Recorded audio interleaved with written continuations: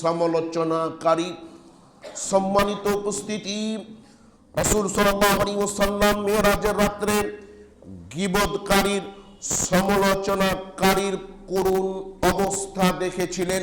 তাদের করুণ অবস্থা কি হতে পারে? বর্তমান সময়ের প্রেক্ষাপট লক্ষ্য করলেন এমন কোন মানুষ পাওয়া যাবে না, এমন কোন ব্যক্তি পাওয়া যাবে না যেই ব্যক্তি মানুষের সমালোচনা করে না। দিন হলেই, সকাল হলেই সমালোচনা শুরু হয়, সন্ধ্যা হলেই অন্যের নামে কিভাবে গীবত করা যায়, অন্যের নামে কিভাবে সমালোচনা করা যায়, অন্যকে কিভাবে হেয় প্রতিপন্ন করা যায়, অন্যকে কিভাবে খাটো করা যায়, অন্যকে কিভাবে মানুষের কাছে ছোট করা যায়, এই নিয়ে আমরা সকাল থেকে সন্ধ্যা পর্যন্ত ব্যস্ত হয়ে পড়ি। সম্মানিত উপস্থিতি, গীবত করলে, সমালোচনা করলেন, অবশ্যই নিজেকে নিজের মুখের গোশতগুলো ছিনে টুকরো টুকরো করতে হবে। গীবত সমালোচনা করলে নিজের হাত দিয়েই নিজের বুকের গোশতগুলোকে ছিনে টুকরো টুকরো করতে হবে। সম্মানিত উপস্থিতি, রাসূল সাল্লাল্লাহু আলাইহি ওয়াসাল্লাম মেরাজের রাত্রে আরো একটি দৃশ্য দেখলেন। বাইতুল মামুর, অর্থাৎ আকাশে একটি মসজিদ রয়েছে। এই মসজিদের নাম হচ্ছে বাইতুল মামুর, যেই মসজিদে ফেরেশতাগণ সালাত আদায় করে। রাসূল সাল্লাল্লাহু আলাইহি ওয়াসাল্লাম বলছেন, বাইতুল মামুর এমন একটা মসজিদ যেই মসজিদে একসাথে ৭০,০০০ ফেরেশতা সালাত আদায় করে। রাসূল সাল্লাল্লাহু আলাইহি ওয়াসাল্লাম বলছেন, এই ৭০,০০০ ফেরেশতার মধ্যে যে একবার সালাত আদায় করেছে সে আর দ্বিতীয়বার কিয়ামত পর্যন্ত সালাত আদায় করার সুযোগ পাবে না। তাহলে মসজিদ কত বড়! ৭০,০০০ ফেরেশতা একসাথে সালাত আদায় করে। ফেরেশতার আকার আকৃতি কত বড়! ফেরেশতার আকার আকৃতি কত বড় হতে পারে? আমাদের মতন ৩.৫ হাত, আমাদের মতন এরকম তো নয়। রাসূল সাল্লাল্লাহু আলাইহি ওয়াসাল্লাম জিবরাইল আমিনকে গারে হিরা দেখেছিলেন, যার একটি পাখা আকাশের সাথে লেগেছিল, একটি পাখা জমিনের সঙ্গে লেগেছিল। ফেরেশতা জিবরাইল আমিনকে দেখে আল্লাহ নবী সাল্লাল্লাহু আলাইহি ওয়াসাল্লাম ভয় পেয়েছিলেন। ফেরেশতার আকার আকৃতি কত বড় আল্লাহ ভালো জানে। ওরকম ফেরেশতারা বাইতুল মামুরে ৭০,০০০ ফেরেশতা একসাথে সালাত আদায় করে। আর কত ফেরেশতা আল্লাহ তৈরি করেছেন, একবার যে সালাত আদায় করার সুযোগ পায়, দ্বিতীয়বার আর সালাত আদায় করার সুযোগ পায় না। সুবহানাল্লাহ! কত ফেরেশতা পৃথিবীতে আল্লাহ পাক মানুষের কল্যাণে তৈরি করে রেখেছেন। সম্মানিত উপস্থিতি, রাসূল সাল্লাল্লাহু আলাইহি ওয়াসাল্লাম মেরাজের রাত্রে আরো যা কিছু দেখতে পেয়েছিলেন। মেরাজের রাত্রে রাসূল সাল্লাল্লাহু আলাইহি ওয়াসাল্লাম দেখতে পেলেন কিছু সুদখোরের অবস্থা। রাসূল সাল্লাল্লাহু আলাইহি ওয়াসাল্লাম বললেন, আমি দেখলাম কিছু মানুষের পেটগুলো ফুলে আছে, কিছু মানুষের পেটগুলো বিশাল আকৃতি ধারণ করে আছে, আর ওই পেটের মধ্যে সাপ কিলবিল করতেছে। রাসূল সাল্লাল্লাহু আলাইহি ওয়াসাল্লাম জিবরাইলকে প্রশ্ন করলেন, মান হাউলা জিবরাইল, হে জিবরাইল, এদের অবস্থা কেন এতটা খারাপ? তখন রাসূল সাল্লাল্লাহু আলাইহি ওয়াসাল্লাম বললেন, এরা হচ্ছে সুদখোর। সুদ খাওয়ার কারণে, চক্রবৃদ্ধি হারে সুদ খাওয়ার কারণে তাদের অবস্থাটা এতটাই করুণ হয়েছে। ও বন্ধু, অনার্স মাস্টার্স পাস করা ছাড়াল তোমাকেই বলছি, ব্যাংকে চাকরি করার কারণে, এনজিওতে চাকরি করার কারণে, সুদি খাতা লেখার কারণে, সুদের ম্যানেজার হওয়ার কারণে তোমাকেই নামাজ রোজা করে হজ যাকাত করার পরেও তোমাকেই জাহান্নামে থাকতে হবে। তোমার পেটেই সাপগুলো কিলবিল করবে। এই জন্য অনার্স মাস্টার্স পাস করার পরে বন্ধু, রাজমিস্ত্রি কাজ করে খাও, ভ্যান চালিয়ে খাও, রাস্তায় মানুষের কান্না দিয়ে খাও, তবুও কোন সুদি ব্যাংকে দুনিয়ার স্বার্থে চাকরি করিও না। সম্মানিত উপস্থিতি, রাসূল সাল্লাল্লাহু আলাইহি ওয়াসাল্লাম মেরাজের রাত্রে অনেক কিছু লক্ষ্য করেছিলেন, অনেক কিছু দেখেছিলেন।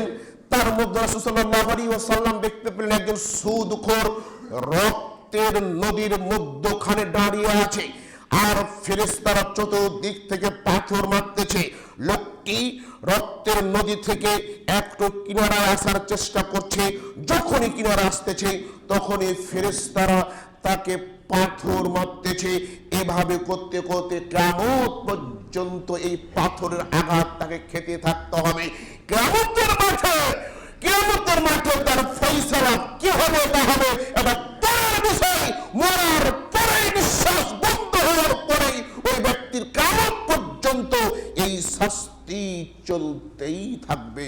যদিও আপনি আমি নামাজ পড়ার পর এনজিও থেকে মুক্ত হতে পারলাম না, যদিও আপনি আমি নামাজ পড়ার পরেও মুসলমান হওয়া সত্ত্বেও সুদ থেকে মুক্ত হতে পারলাম না, টাটকা সুদ খাচ্ছি, নিজের জমি কট রেখে দিচ্ছি, কট রেখে নিজে সচ্ছলতা হওয়ার জন্য বা দেনাদায়ক হওয়ার জন্য জমিটা কট রেখে দিলাম।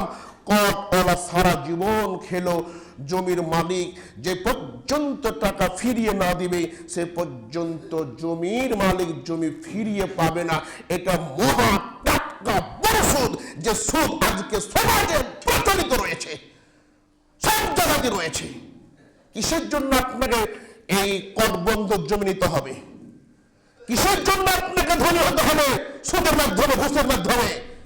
আপনার যদি জমি আবাদ করতে চান, লিজ লেন, বর্গা নিয়ে খান, কটবন্ধক হারাম, কটবন্ধক না যায়। কিছু তেলতেলা হুজুর আছে যে ওই কটবন্ধকের যদি আপনার খাজনা দিয়ে দেওয়া হয় তাহলে কটবন্ধক হালাল হয়ে যায়। নাউজুবিল্লাহ। ইউটিউব খোলে, কিছু তেলতেলা হুজুর আছে যাদের কাছে সবই হালাল, তাদের কাছে কোনো কিছু হারাম নাই। ও বলবে কি যে কটবন্ধকে যদি আপনি জমির খাজনা দিয়ে দেন তাহলে হালাল হয়ে যাবে। নাউজুবিল্লাহ। জমির কটবন্ধ যারা রেখেছেন জায়গা থেকে ফিরে আসার চেষ্টা করুন। যদি কটবন্ধক জমিতে টাকা পয়সা অর্জন করা নিঃশ্বাস বন্ধ হওয়ার সাথে সাথে কিয়ামত পর্যন্ত ফেরেশতারা পিটাবে এবং পেটের মধ্যে সাপগুলো কিলবিল করতে থাকবে আর পেটটা বিশাল আকৃতির হয়ে যাবে। সম্মানিত উপস্থিতি, মেরাজের রাত্রে রাসূল সাল্লাল্লাহু আলাইহি ওয়াসাল্লাম অনেক ঘটনা অবলোকন করেছিলেন, অনেক ঘটনা তিনি দেখেছিলেন, যা আমার এই অল্প সময়ের মধ্যে আমি আর সেবা বিস্তারিত বলছি না, কারণ আমাদের সমাজের মধ্যে যা প্রচলিত রয়েছে সেগুলো বলা দরকার। সম্মানিত উপস্থিতি, তার মধ্যে তিনি একটি ঘটনা দেখেছিলেন। সেই ঘটনাটি ছিল রাসূল সাল্লাল্লাহু আলাইহি ওয়াসাল্লাম দেখলেন যে একটা আগুনের কুয়া, যার ভিতরটা অনেকটা গভীর, মুখটা একেবারেই ছোট আকারের, অর্থাৎ কলস আকারের মতো, দেখতে কলসের মতন, ভিতরটা অনেক প্রশস্ত, মুখটা একেবারেই ছোট।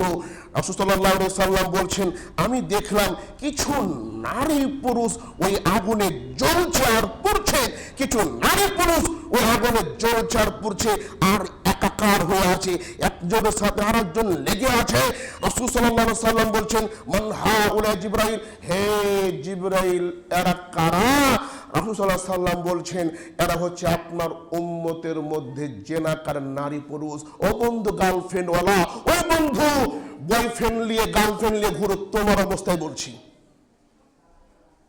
কলেজে পড়ো, বিশ্ববিদ্যালয়ে পড়ো, গার্লফ্রেন্ড না হলে, টাইম পাস না করলে তোমার সময় চলে না। তোমার কথাই বলছি দোস্ত, তোমার কথাই বলছি। যারা গার্লফ্রেন্ড নিয়ে বয়ফ্রেন্ড নিয়ে ঘুরো তাদের কথা বলছি। তারা মরার পরে ওই আগুনের মধ্যে জ্বলতে থাকবে কিয়ামত পর্যন্ত। কিয়ামতের পরে কি হবে ফয়সালা এটা আল্লাহ ভালো জানে। আজকে ক্লাস 4-5 থেকে শুরু হয় প্রেম। প্রেম ছাড়া, আরে ভাই গাঁজা খেলে তাকে গাঁজা খোর করা হয়, মদ খেলে মদ খোর করা হয়। জেনা কেন প্রেম হলো? জেনা কেন ভালোবাসা হবে? ও তো জেনা। বাংলাদেশে যে জেনার নাম দেওয়া হয়েছে প্রেম, যে জেনার নাম দেওয়া হয়েছে ভালোবাসা, আবার কিছু মানুষ বলছে প্রেম ভালোবাসা মহাপবিত্র জিনিস। নাউজুবিল্লাহ। মদ খেলে মদ খোর বলা হয় না, গাঁজা খেলে গাঁজা খোর বলা হয়, জর্দা খেলে জর্দা খোর বলা হয়, রিক্সা চালায় রিক্সাওয়ালা বলা হয়। জেনা কোনো প্রেম কেন হলো? বুঝতে পারলাম না। জেনা কোনো প্রেম কেন হবে? জেনা প্রেম কিভাবে হবে? ভালোবাসা কিভাবে হলো? ও তো জেনা করছে। অত তো শরীয়তের বিধান তার তো জারি করা বন্ধ হয়েছে। ও আবার বলছে প্রেম করেছি। বেটা প্রেম কাকে বলে? তুমি প্রেম বুঝো? বিয়ে করার পরে স্ত্রীকে ভালোবাসা এর নাম প্রেম, মা বাবাকে ভালোবাসা এর নাম প্রেম। বিয়ের আগে যত প্রেম নামে যত সম্পর্ক রয়েছে প্রত্যেকটা সম্পর্ক হচ্ছে জানা, প্রত্যেকটা সম্পর্ক অবৈধ। প্রেম পবিত্র জিনিস। আরে নাউজুবিল্লাহ, প্রেম কিভাবে পবিত্র হলো? অবৈধ নারী পুরুষ কথা বলা, একসাথে থাকা, এটা আবার কি? বান্ধবী আর বন্ধু রাস্তায় চলছে, একজনের হাত আর একজনের হাত ধরে চলছে। আমি তোমার ভাইয়ের মতন, তুমি কিছু মনে করিও না। কথাগুলা কি আছে? আমি তোমার ভাইয়ের মতো, কিছু মনে করিও না। মেয়ের মা বলছে ওরা তোমার ভাই হয়, কিছু তোমার কোনো সমস্যা না, একসাথে যা খাওয়া দাওয়া করো। ছি ছি ছি ছি। মানুষ নির্লজ্জ হতে হতে কতটা নিচে নেমে গেছে। সম্মানিত পূজা বলছিলাম, মেরাজের রাত্রে রাসূল সাল্লাল্লাহু আলাইহি ওয়াসাল্লাম জেনাকার নারী পুরুষের কিছু কাহিনী দেখলেন, কিছু বর্ণনা দেখলেন। সম্মানিত উপস্থিতি, মেরাজের রাত্রে রাসূল সাল্লাল্লাহু আলাইহি ওয়াসাল্লামের উপর 50 ওয়াক্ত নামাজ দেওয়া হলো। যখন তিনি নামাজ নিয়ে ফিরে আসছিলেন, মুসা আলাইহিস সালামের সাথে সাক্ষাৎ হলো। মুসা আলাইহিস সালাম বললেন, তুমি আবার যাও এবং নামাজের সংখ্যাটা কমিয়ে আনো। এভাবে নামাজের সংখ্যা কমাতে কমাতে 5 ওয়াক্ত চলে আসলো। রাসূল সাল্লাল্লাহু আলাইহি ওয়াসাল্লামকে মুসা আলাইহিস সালাম ফের বললেন, তুমি আবার যাও, নামাজটা কমিয়ে আনো, কারণ তোমার উম্মত হয়তো আদায় করতে পারবে না। তখন আল্লাহর নবী একটু লজ্জা বোধ করছেন যে আর বারবার যাওয়া যাচ্ছে না, এটাই যথেষ্ট, এটাই যথেষ্ট। রাসূল সাল্লাল্লাহু আলাইহি ওয়াসাল্লাম বলছেন, যে ব্যক্তি 5 ওয়াক্ত সালাত আদায় করবে সে ব্যক্তি 50 ওয়াক্তের সওয়াব পেয়ে যাবে। আর যে ব্যক্তি শুধু জুমার নামাজ পড়বে সে জাহান্নামের খড়ি হয়ে যাবে। কি বুঝলেন? 5 ওয়াক্ত যে ব্যক্তি সালাত আদায় করবে সে 50 ওয়াক্তের সওয়াব পাবে। আর যে ব্যক্তি শুধু জুমার নামাজ পড়তে আসবে, ঈদের নামাজ পড়তে আসবে, জানাজার নামাজ পড়তে হবে, এদেরকে দিয়ে জাহান্নাম পরিপূর্ণ করা হবে। সূরা তাহরিম আল্লাহ বলছে, কু আনফুসাকুম ওয়া আহলিকুম নারা। জাহান্নামের খড়ি হবে কে? মানুষ ও জিন। মানুষ ও জিন। ফজরের সময় এক কাতার মানুষ হয় না, জুমাতে কিভাবে মসজিদ ভরে যায়? ফজরের সময় এক কাতার মানুষ হয় না, জোহরের সময় 2-3 জন, 5 জন, 10 জন। আবার জুমার দিনে মসজিদ পরিপূর্ণ, বুঝলাম না। জুমার দিনে মানুষ বেশি কেন হয়? জুমা মসজিদে এত বড় প্রয়োজন ছিল না। মসজিদ 2-1টা কাতার করলে মোটামুটি মসজিদ চলে, কারণ 5 ওয়াক্ত নামাজের জন্য মসজিদ তৈরি হয়েছে। জুমার জন্য তৈরি করে আজ খালি বিল্ডিং আর বিল্ডিং, এসি আর মেসি লাগাচ্ছেন, মসজিদে মুসল্লি হয় না। যে সমস্ত ব্যক্তিরা শুধু জুমার নামাজে হাজিরা দেওয়ার জন্য আসেন, ঈদের নামাজের জন্য আসেন, মানুষ মারা গেলে জানাজার নামাজে আসেন, 5 ওয়াক্ত নামাজের খেয়াল রাখেন না, আপনাদেরকে দিয়ে জাহান্নাম পরিপূর্ণ হবে। সূরাতুল মাউন আল্লাহ বলছে, ফাওয়াইলুল লিল, বলেন তো আপনারা কাদের মুখস্থ আছে? ফাওয়াইলুল লিল মুসাল্লিন, মুসাল্লিদের জন্য দুর্ভোগ, নামাজীরা জাহান্নামে যাবে। আমি বলেছি ফাওয়াইলুল লিল মুসাল্লিন। কোরআনের অন্যায়তে বলা হয়েছে জাহান্নামে কেন এসেছো? নামাজ পড়িনি তাই। আবার আয়াতে বলছে তাই নামাজ জাহান্নাম কার জন্য? যারা নামাজ পড়ে তাদের জন্য, যারা শুক্রবার, ঈদে, জানাজার, রমজান মাসের কিছু মুসল্লি, তাদের জন্য। নামাজ পড়তে হবে 5 ওয়াক্ত। নামাজ কেন 1 ওয়াক্ত হবে? নামাজ কেন 2 ওয়াক্ত হবে? 5 ওয়াক্ত সালাত আদায় করো, 50 ওয়াক্তের সওয়াব হবে। সুবহানাল্লাহ। কয় ওয়াক্ত? 5 ওয়াক্ত। 5 ওয়াক্ত নামাজ পড়তে পারলে কয় ওয়াক্ত সওয়াব পাওয়া যাবে? 50 ওয়াক্তের সওয়াব। সম্মানিত উপস্থিতি, মেরাজকে নিয়ে রাসূল সাল্লাল্লাহু আলাইহি সাল্লামের নামে অনেক কিছু ঘটনা সমাজের মধ্যে প্রচলিত রয়েছে। মেরাজের রাত্রে রাসূল সাল্লাল্লাহু আলাইহি ওয়াসাল্লাম পাদুকা পায়ে দিয়ে আরশে আরোহণ করেছিল বলে যেই ঘটনা সমাজে প্রচলিত রয়েছে, এই ঘটনা একেবারে ডাহা, মিথ্যা কথা, বানোয়াট, ভিত্তিহীন। এর পক্ষে কোনো সহি প্রমাণ পৃথিবীতে নাই। রাসূল সাল্লাল্লাহু আলাইহি ওয়াসাল্লাম সিদরাতুল মুনতাহা পর্যন্ত গিয়েছিলেন, আরশ পর্যন্ত যায়নি। আরশে জুতা পায়ে দিয়ে প্রবেশ করা তো দূরের কথা, তিনি আরশে কখনো যাননি। সিদরাতুল মুনতাহা পর্যন্ত গিয়ে আল্লাহর সাথে পর্দার মাধ্যমে কথা হয়েছে, আল্লাহকে কোনোদিন চোখে দেখেনি। পৃথিবীর কোন নবী, ওলি, আউলিয়া আল্লাহকে কখনো চোখ দিয়ে দেখেনি। আল্লাহকে কোনোদিন এই জন্ম চোখ দিয়ে কখনো দেখেনি। জন্ম চোখ দিয়ে কেউ দেখেনি। আল্লাহর নবীর সাথে আল্লাহর কথা হয়েছে পর্দার মাধ্যমে। কিসের মাধ্যমে? পর্দার মাধ্যমে কথোপকথন হয়েছে, কিন্তু কখনো স্বয়ং রাসূল সাল্লাল্লাহু আলাইহি ওয়াসাল্লাম আল্লাহকে দেখেনি। সিদরাতুল মুনতাহা পর্যন্ত গিয়েছিলেন, আরশ হতে যাওয়া তো দূরের কথা। অথচ সমাজে প্রচলিত রয়েছে রাসূল সাল্লাল্লাহু আলাইহি ওয়াসাল্লাম পাদুকা পায়ে দিয়ে মেরাজের রাত্রে আরশে আরোহণ করেছিলেন। নাউজুবিল্লাহ।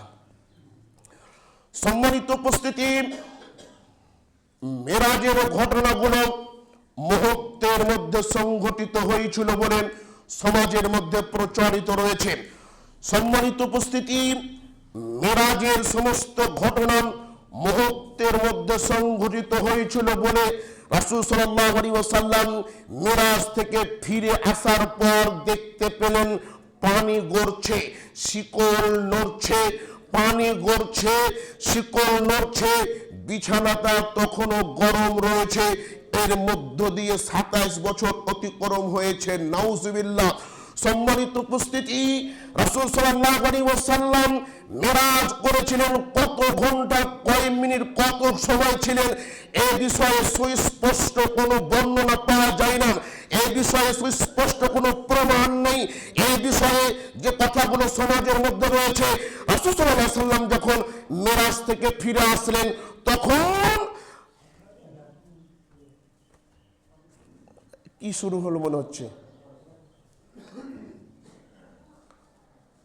সম্মানিত উপস্থিতি, আমি একটা কথা বলি, এটা হলো মসজিদ। খুতবা চলাকালীন কোনো কিছু করা যায় না। সবার জন্য নিয়ম সমান, সবাইকে নিয়ম মানতে হবে। আশেপাশে যদি কেউ একটু খড়ি নিয়ে নড়াচড়া করে আর কেউ যদি নিষেধ করে, আলোচনা বলছে উপরে পাপ করলো। খুতবাকে মূল্যায়ন করতে হবে। গুরুত্বপূর্ণ কথা থাকলে মসজিদের বাইরে বলতে হবে। খুতবা চলাকালীন কেউ কখনো কোনো কথা বলবেন না, অনুরোধ আমার। এজন্য আমার আপনাদের কাছে মিনতি থাকবে, খুতবা চলাকালীন কোনো বিষয় প্রয়োজন হলে দুজন বাইরে যে কথাগুলো সেরে আসবেন, মসজিদের মধ্যে কিছু করবেন না, এই আশা রেখে আবার বক্তব্য ফিরে গেলাম।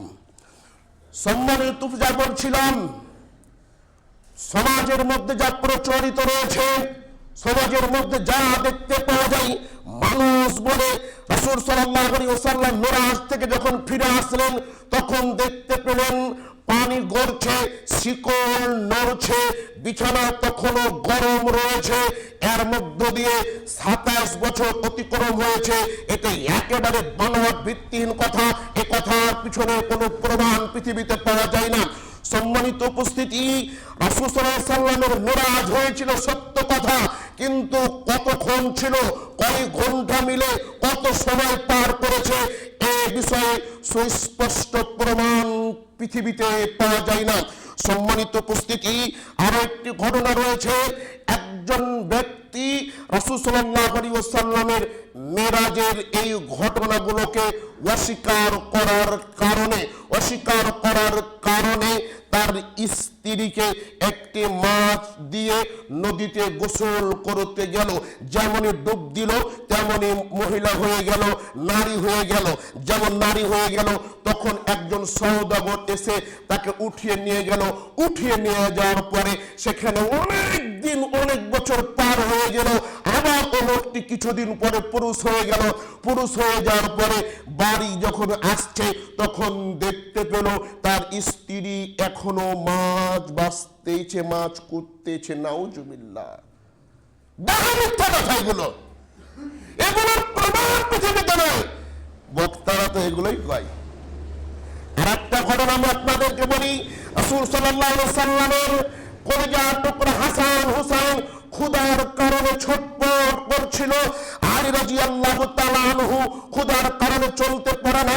ফাতেমা রাদিয়াল্লাহু তাআলা আনহা তার পেটে পাথর বেঁধে রেখেছিল।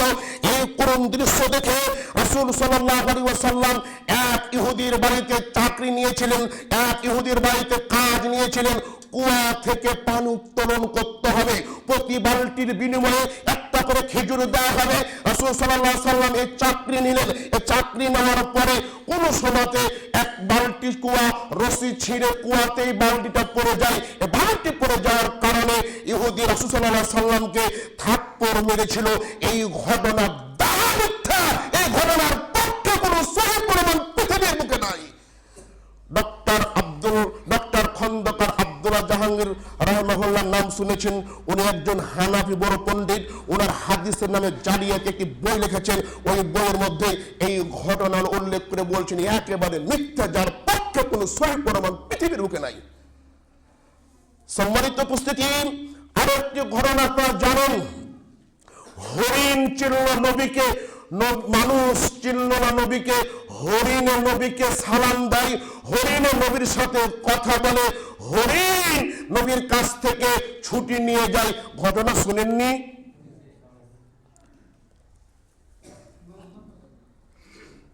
একটি হরিণ বাঁধা রয়েছে গাছের তলায়।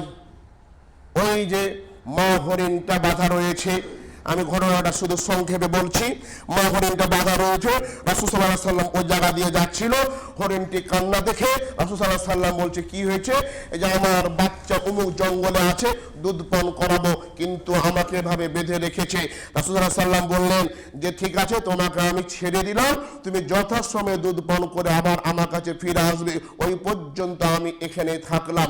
এবার মা হরিণটা চোখ দিয়ে পানি পড়ে, বাচ্চা হরিণটাকে দুধ পান করার পরে বলছে, এমন শুরুতে হুজুরা বলা মতো বলতে পারছি না, মনে হবে করে এমন করে বলে চোখের পানি থাকলো না মনে করেন।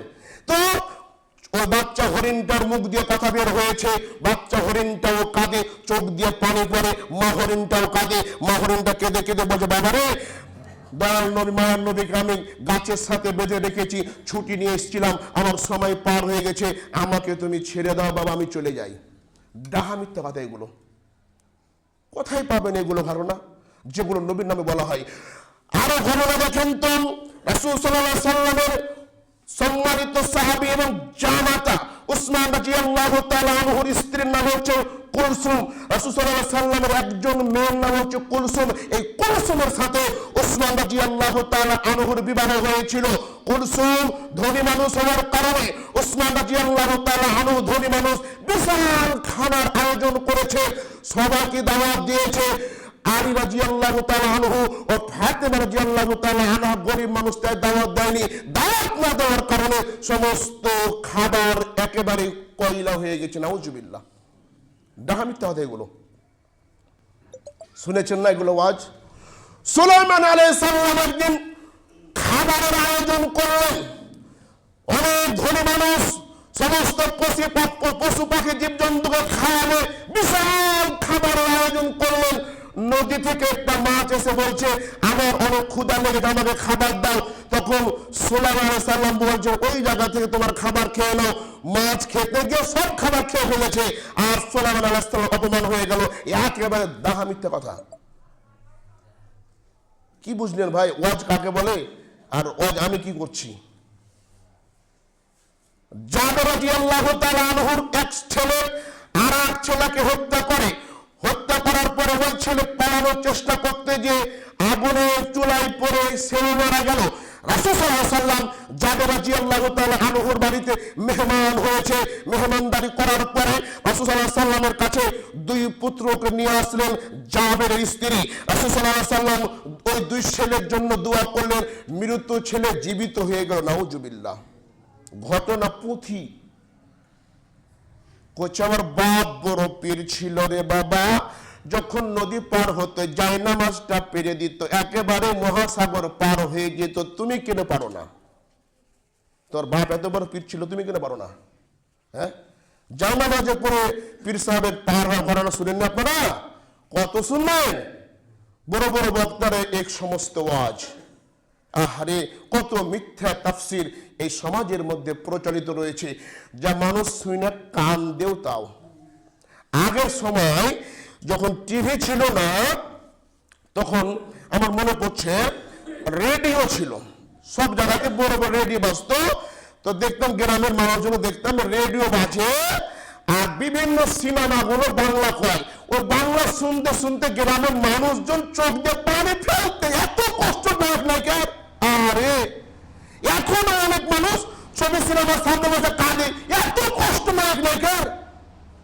তোমার সমস্ত দেখে মানে শুনতাম মহামন্ডল সব এক জায়গাতে বসে সব ছবির কাহিনী শুনতে শুনতে এত চোখের পানি ফেলে, এত কষ্ট হচ্ছে নায়িকার, এত কষ্ট নায়িকার, নায়িকার বাপরে এত কষ্ট হয়।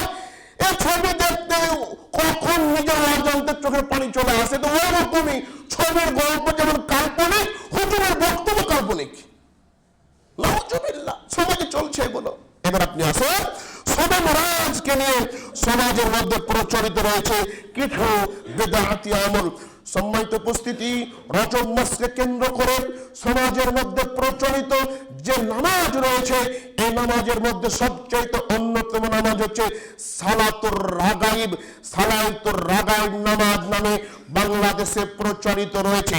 সালাতুর রাগাইব কি? রজব মাসের প্রথম বৃহস্পতিবারে রোজা রেখে মাগরিব থেকে ইশারের মধ্যে 12 রাকাত সালাত আদায় করা, প্রতি রাকাতে সূরা ফাতিহা পাঠ করা এবং সূরা কদর 3 বার, সূরা ইখলাস 12 বার পাঠ করে এভাবে সালাত শেষে 70 বার দুরূদ পাঠ করবে এবং মুনাজাত করবে। ওই ব্যক্তি বলছে, যে ব্যক্তি কাজটা করবে ওই ব্যক্তির কবরে সব বিপদ আপদ একেবারে দূর হয়ে যাবে। বলেন নাউজুবিল্লাহ। কোন প্রমাণ নেই এগুলোর, সব বড় ভিত্তিহীন কথা। 2 নম্বর, সমাজের মধ্যে যেটা প্রচলিত রয়েছে, শবে মেরাজকে কেন্দ্র করে রোজা রাখা, সিয়াম পালন করা। সম্মানিত উপস্থিতি, রজব মাসের শুরু থেকে নিয়ে শেষ পর্যন্ত প্রতি বৃহস্পতিবার, প্রতি শুক্রবার, প্রতি বৃহস্পতিবার, প্রতি শুক্রবার রোজা রাখা হয় এবং শবে মেরাজকে কেন্দ্র করে রজব মাসের 26 তারিখে রোজা রাখা হয়। রোজা রাখে, এই রোজা রাখার নিয়মটি সহিহ হাদিস দ্বারা, সহিহ প্রমাণ দ্বারা কখনো প্রমাণিত হয়নি। এটা মানুষ বানিয়েছে, মানুষ সওয়াবের কারণে, আমল করার কারণে, নেকি পাওয়ার উদ্দেশ্যে এই কাজটি করে যাচ্ছে। অনেক মা বোন প্রশ্ন করে, হুজুর রজব মাসের রোজা কখন শুরু হবে, মেরাজের রোজা কখন করব? নাউজুবিল্লাহ, কোনো প্রমাণ পৃথিবীতে নাই। 27 মেরাজকে কেন্দ্র করুন বাংলাদেশের অফিস আদালত বন্ধ করা হয়। 27 মেরাজকে মহামন্বিত রাত মনে করে, দিন মনে করে এই অফিস আদালত সবকিছু বন্ধ করা হয় এবং 27 রজনীতে মসজিদগুলো আলোক সজ্জা হয়, বিভিন্ন খাওয়া দাওয়ার আয়োজন করা হয়, মিলাদ মাহফিল করা হয়, বক্তব্য দেওয়া হয়, যাই একেবারে মিথ্যা বানানো ভিত্তিহীন, যার প্রমাণ পৃথিবীতে পাওয়া যায় না। বিশেষ করে মাজারগুলোকে এত সুসজ্জিত করা হয়, এত আলোক সজ্জিত করা হয়, সবাই মাজারের পাশে বসে সকলে গাঁজা খায়, সকলে গান বাজনা লিপ্ত হয়ে যায়, নারী পুরুষ যৌথভাবে একসাথে বসে এই শবে মেরাজকে কেন্দ্র করে গান শুনে গাঁজা খায়, আরো বিভিন্ন ভাবে তারা সময়গুলো পার করে যায়। একেবারে নিকৃষ্ট জঘন্য কাজ। সম্মানিত উপস্থিতি, শবে মেরাজ লক্ষ্য করে কোনো নামাজ নেই, শবে মেরাজ লক্ষ্য করে কোনো রোজা নেই, শবে মেরাজ লক্ষ্য করে কোনো অনুষ্ঠান আদি মুসলমান কখনো করতে পারে না। শবে মেরাজ থেকে কিভাবে পালন করবেন? শবে মেরাজকে বিশ্বাস করতে হবে। কি করতে হবে? বিশ্বাস করতে হবে। কার মতো? আবু বকরের মতন। সুবহানাল্লাহ বলেন। আবু বকর রাদিয়াল্লাহু তাআলা আনহু একজন সম্মানিত মানুষ। আল্লাহ রাসূল সাল্লাল্লাহু আলাইহি ওয়াসাল্লাম কিছু বলছেন যে, আপনাকে তো গত রাতে দেখতে পেলাম না মক্কায়, কোথায় গিয়েছিলেন? তখন রাসূল সাল্লাল্লাহু আলাইহি ওয়াসাল্লাম বললেন যে, আমি অমুক অমুক জায়গায় গিয়েছিলাম। মেরাজের ঘটনা বললেন। তখন এই ঘটনা চতুর্দিকে যখন ছড়িয়ে পড়লো, চতুর্দিকে ছড়িয়ে পড়ার পর মানুষ বলছে যে আব্দুল্লাহর পুত্র মুহাম্মদকে মনে করছিলাম যে হালকা পাগল হয়েছে, তা আজ সম্পূর্ণ পাগল হয়ে গেছে। নাউজুবিল্লাহ। আজকে বলছে যে আব্দুল্লাহর পুত্র মুহাম্মদকে মনে করছিলাম যে হালকা পাগল হয়েছে, তো আজকে মনে হয় যে সম্পূর্ণ পাগল। কেন? এক রাত্রে বাইতুল মুকাদ্দাস গিয়েছে ফিলিস্তিন, আবার ফিলিস্তিন থেকে সাত আসমান গিয়েছে, জান্নাত জাহান্নাম দেখে এসেছি, এটা কি সম্ভব? তখন আবু বকর রাদিয়াল্লাহু তাআলা আনহু বলছেন, আমার নবী যদি বলে থাকে তাহলে সম্ভব। সুবহানাল্লাহ। এই জন্য ওনার নাম হয়ে গেল সিদ্দিক, সত্যবাদী। আজকে বিজ্ঞানিকরা এই মেরাজ মানতে চায় না, বিশ্বাস করতে চায় না, এটা কি সম্ভব? তারা তো মাথার ঘেলু দিয়ে, মগজ দিয়ে চিন্তা করছে এত দূর যাওয়া, এত দূর এই কিছু, এত আমরা আইসিটি এত কিছু করলাম, আর এভাবে নবী মুহাম্মদ এত বড় গেল, এটা হতে পারে? আজও বিজ্ঞানিকরা এটা বিশ্বাস করতে চায় না। সে সময়ের আবু জেহেলরা যেভাবে বিশ্বাস করতে চায়নি, আজও বিজ্ঞানিকরা এটা বিশ্বাস করতে চায় না। এগুলো পরে আমার সোনার ছেলে লেখাপড়া করতে গিয়ে কয় যে আল্লাহ বলতে পৃথিবীতে কেউ নেই, নাস্তিক হয়ে যায়। ওই বই তো পড়ছে, ওদের লেখা তো বই। বিশ্ববিদ্যালয় বলেন আর জাতীয় বিশ্ববিদ্যালয় বলেন, ওখানে একটা বিভাগ আছে, দর্শন বিভাগ। যে পড়বে সে নাস্তিক হবে। দর্শন বিভাগ একটা বিভাগ আছে, জাতীয় বিশ্ববিদ্যালয় বলেন আর বিশ্ববিদ্যালয় বলেন, প্রত্যেকটা বিদ্যালয়ে একটা দর্শন একটা বিভাগ আছে, ডিপার্টমেন্ট আছে। এই ডিপার্টমেন্টে যদি আপনি ঢুকেন তো ওকে ফিরে আনা খুবই কঠিন। ওর খালি এই তো মেরাজ, এটা কি সম্ভব যে আল্লাহ নবী কখনো মেরাজ করতে পারে? ও তো ওর বই পড়ি তো কাজ শেষ। ওরা কিভাবে বুঝাবে? সব মানুষ হয়েছে মায়ের পেট থেকে, বাপের পেট থেকে। আদম কিভাবে হলো? আল্লাহ কিভাবে হয়েছে? নাউজুবিল্লাহ। এগুলো হতে পারে না। আল্লাহ বলতে পৃথিবীতে কেউ নেই, সব প্রকৃতির নিয়ম চলছে। নাউজুবিল্লাহ। তখন বলছে আরে খাওয়া দাওয়া ফুর্তি করো, দুনিয়াটা মস্ত বড়, আগামীকাল বাঁচবা কিনা বলতে পারো। এই তো স্লোগান। সম্মানিত পূজা বলছিল। তো এভাবে মেরাজকে আবু বকরের মতন বিশ্বাস করতে হবে। মেরাজ থেকে আরেকটা শিক্ষা নেন, আমি শেষ করে দিচ্ছি, যে আল্লাহ পৃথিবীর সব জায়গায় বিরাজমান না। আল্লাহ সব জায়গায় আছে কি? আল্লাহ সব জায়গায় আছে। আল্লাহ আরশে আছে, আরশের উপরে। আর রহমান আলা আরশ ইস্তাওয়া। রাসূলুল্লাহ সাল্লাল্লাহু আলাইহি ওয়াসাল্লাম সিদরাতুল মুনতাহা পর্যন্ত গিয়েছিলেন, আরশ পর্যন্ত পৌঁছেনি। ওই আরশে মহান আল্লাহ সুবহানাহু ওয়া তাআলা রয়েছেন। সূরাতুত তাহার 5 নম্বর আয়াত। সম্মানিত উপস্থিতি, তাহলে আল্লাহ কোথায় আছে? সাত আসমানের উপর। আল্লাহ কোথায় আছে? সর্বত্র বিরাজমান। যে বলবে এটা হিন্দুদের আকীদায়। হিন্দুরা বলে হরির উপরে হরি, তার উপরে হরি শোভা পায়, হরিকে দেখে হরি হরিতে লুকায়। নাউজুবিল্লাহ। এটা কি ব্যাখ্যা বলবো? সময় নাই, অন্য সময় বলবেন ইনশাআল্লাহ। মানে মনে করে যে পুকুরে একটা শাপলা ফুল ফুটেছে, ও শাপলা ফুলের উপরে ব্যাং বসা আছে। তখন হিন্দু বলছে যে হরির উপরে হরি, মানে শাপলার একটা রব, শাপলা কি একটা প্রভু, ব্যাং একটা প্রভু। বলছে হরির উপরে হরি, তার উপরে হরি, হরিতে হরি শোভা পায়, হরিকে দেখে হরি হরিতে লুকায়। আর ওই আকীদা মুসলমান বলছে আল্লাহ সব জায়গায় বিরাজমান। আল্লাহ পায়খানাতে আছে, আল্লাহ বাথরুমে আছে, আল্লাহ মসজিদে আছে, আল্লাহ মানুষের কর্মে আছে, সব জায়গায়। নাউজুবিল্লাহ। বলুন তো আল্লাহ সব জায়গায় আছে কি? আল্লাহ সাত আসমানের উপরে। আল্লাহর ক্ষমতা, আল্লাহর শক্তি, আল্লাহর জ্ঞান সর্বত্র বিরাজমান। সুবহানাল্লাহ বলেন। আল্লাহ শরীরে কোথায়? সাত আসমানের উপরে। কিন্তু আল্লাহর ক্ষমতা, আল্লাহর শক্তি, আল্লাহর জ্ঞান সর্বত্র বিরাজমান। বলুন তো এই রাস্তা কে করেছে? বলবে যে সরকার করেছে। সরকার কি মনে করেন যে সরকার থাকবে, সে সরকারের নাম বলবে। বলুন তো সরকার কি এক ডালি মাটি দিয়েছে? সে মাটি খনন করেছে? বলেন না, মাটি খনন করেছে? করেনি। কিন্তু নাম হয়ে গেল সরকার। মানে সরকারের আমলে যে সরকার ছিল, ওই সরকারের ক্ষমতা থাকার কারণে রাস্তা হয়েছে। কথা বুঝতে পারলাম না আপনাদেরকে? মানে আল্লাহর শক্তি, আল্লাহর ক্ষমতা সর্বত্র বিরাজমান। আল্লাহ সশরীরে উপর রয়েছে।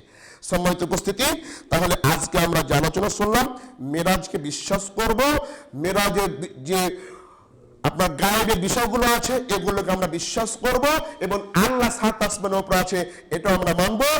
আর সবে মেরাজকে কেন্দ্র করে কোনো বেদাতি আমল আমরা করব না ইনশাআল্লাহ। আল্লাহ পাক কবুল করুন। সকলে বলছি আল্লাহুম্মা আমিন। এবং আজকের বক্তব্য আমি এখানে শেষ করলাম। ওমা ইল্লাল বালাগ। বড় রউফুর রহিম।